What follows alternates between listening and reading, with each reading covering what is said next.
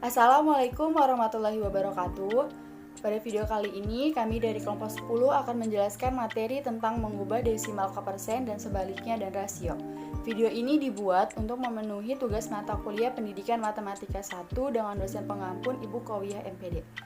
Sebelum itu, saya akan memperkenalkan anggota kelompok 10, yaitu ada Aldila Rizka Pramudita, ada Almira Maulida Zulham, dan Nashwa Syafa Kamila.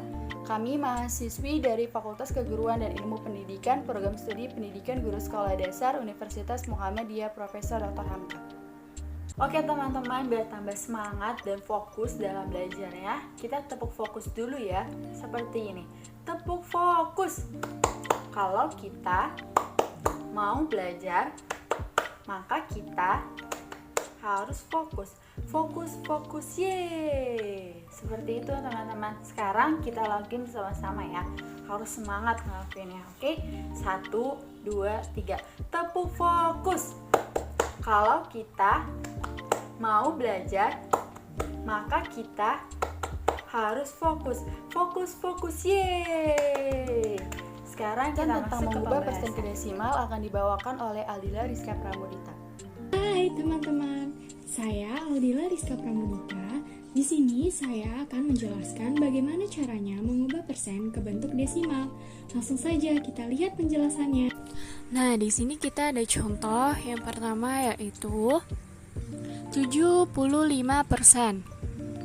Sama dengan kita tulis saja di sini 75. Kita akan kasih koma setelah dua angka dari sebelah kanan ke kiri. Yang pertama komanya ada di sebelah kanan angka 5. Nah, ke kiri 2, 1, 2. Nah, kita akan kasih koma di depan angka 7. Dan kita akan kasih 0. Sama dengan hasilnya yaitu 0,75. Nah, contoh yang kedua yaitu ada 5% sama dengan kita tulis dulu seperti tadi 5, dan di sini 5-nya itu satu angka, kita tambahkan 0, komanya ada di sebelah kanan angka 5, dua angka 1, 2. Dan kita tambahkan 0 lagi. Sama dengan hasilnya 0,05.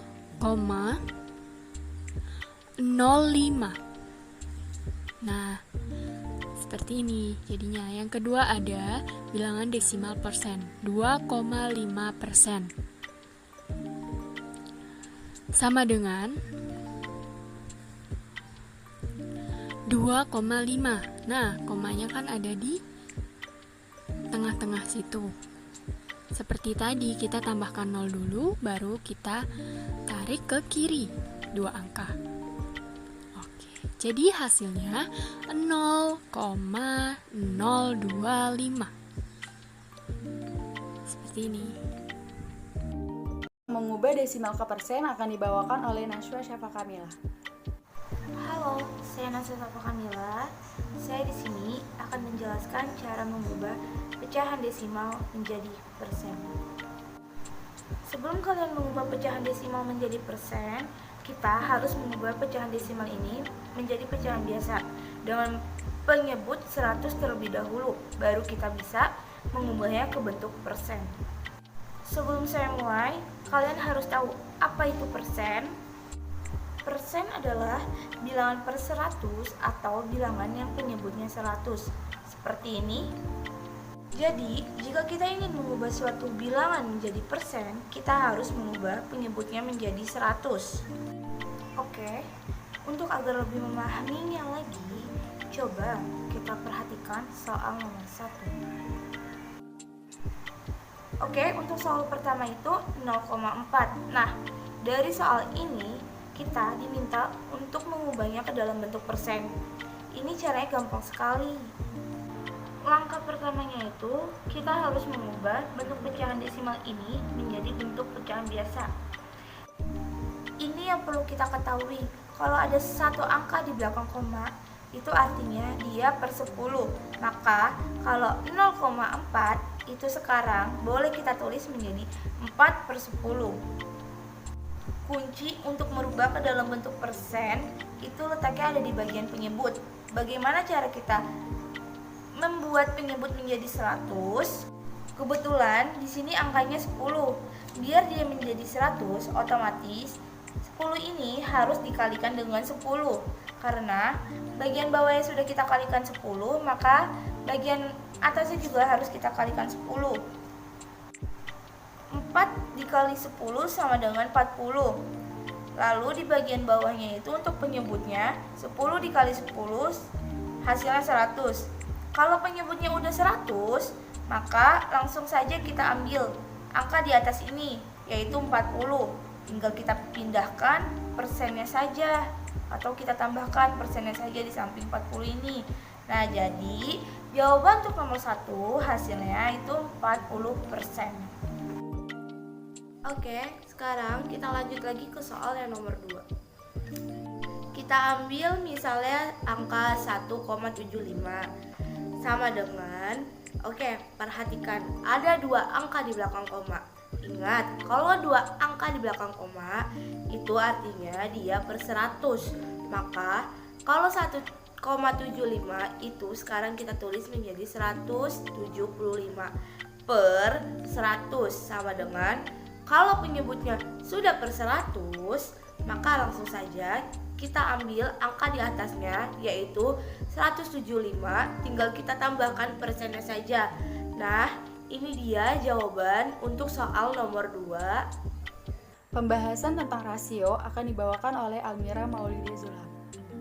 Pengertian rasio. Rasio adalah perbandingan antara dua besaran atau lebih, baik dalam satu objek maupun lebih dari satu objek. Dan rasio dapat mengubah tulisan pecahan ke bentuk mendatar dari kiri ke kanan dan bisa disederhanakan. Dalam menghitung permasalahan yang berhubungan dengan rasio, diperlukan persamaan satuan dan besaran. Notasi rasio dalam matematika dilambangkan sebagai berikut. A per B atau A banding B, di mana A dan B merupakan bilangan yang berbeda. Contoh yang pertama, terdapat gambar 3 buah apel dan gambar 2 buah jeruk. Rasio dari kedua gambar tersebut yaitu 3 banding 2, di mana 3 dari buah apel dan 2 dari buah jeruk. Contoh yang kedua, benda A memiliki panjang 4 meter dan benda B memiliki panjang 6 meter. Maka perbandingan atau rasio dari panjang benda tersebut adalah rasionya 4 banding 6. Kita bisa sederhanakan menggunakan FPB. FPB dari 4 banding 6 kita sederhanakan menggunakan form faktor.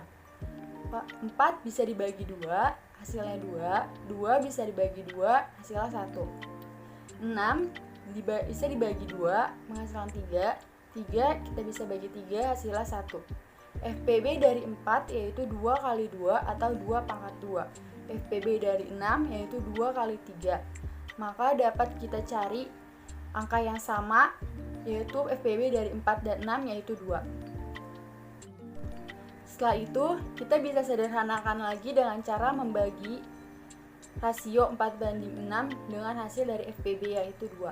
Dengan cara 4 bagi 2 sama dengan 2, 6 bagi 2 sama dengan 3.